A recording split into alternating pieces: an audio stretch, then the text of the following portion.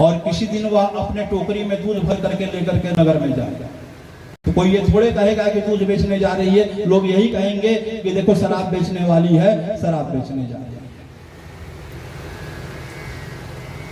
दुसंगम परित्यज्य सत्संगमम समाचरेत, कहा कि दुसंग का सदैव परित्याग करना चाहिए और सुंदर सत आचरण को स्वीकार करना चाहिए। कहा कि माता संगति से बचना चाहिए और कहा कि निरंतर अपनी वृत्ति को सुधारना चाहिए। कहा कि जन्म है, मृत्यु है, वृद्धावस्था है, इन समय में प्राप्त होने वाले दुखों का दर्शन करना चाहिए। उन दुखों का दर्शन करने से संसार से विरक्ति होगी और इस जगत को सीताराम में समझो। समस्त सृष्टि जो है परमात्मा का स्थूल स्वरूप है। कहा कि कण कण में परमात्मा का दर्शन करो, कण कण में नारायण का दर्शन करो। फिर कहा कि माता भक्ति में 3 अवस्थाएं होती हैं।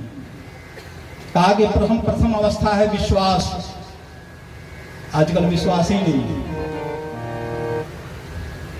पूजा भी होता है तो ऊपर से दिखावा है, भीतर का विश्वास नहीं। कहा कि भगवान के चरणों में दृढ़ विश्वास हो, अटूट विश्वास हो, अखंड विश्वास हो।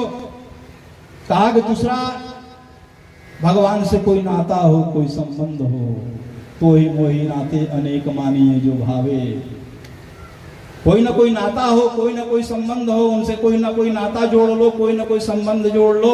और तीसरा कहा कि उनके चरणों में पूर्ण समर्पण हो, कोई अगर मगर किंतु परंतु नहीं। सारी दुनिया एक तरफ और ठाकुर जी के श्री चरण एक। कहा कि माता अखंड अटूट विश्वास,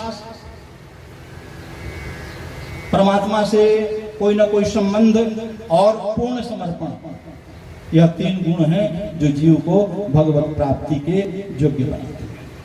फिर माता को सांख्य शास्त्र का उपदेश करते हैं।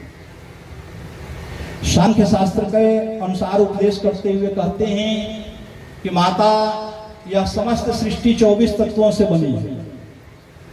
इसको जीव जब तक न जान ले तब तक जीव की मुक्ति नहीं हो सकती।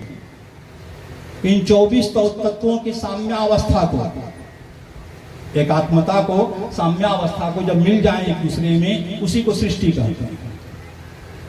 और वैषम्यावस्था को, जब सब एक दूसरे से अलग हो जाए, बिखर जाए, वैषम्यावस्था को, उसी को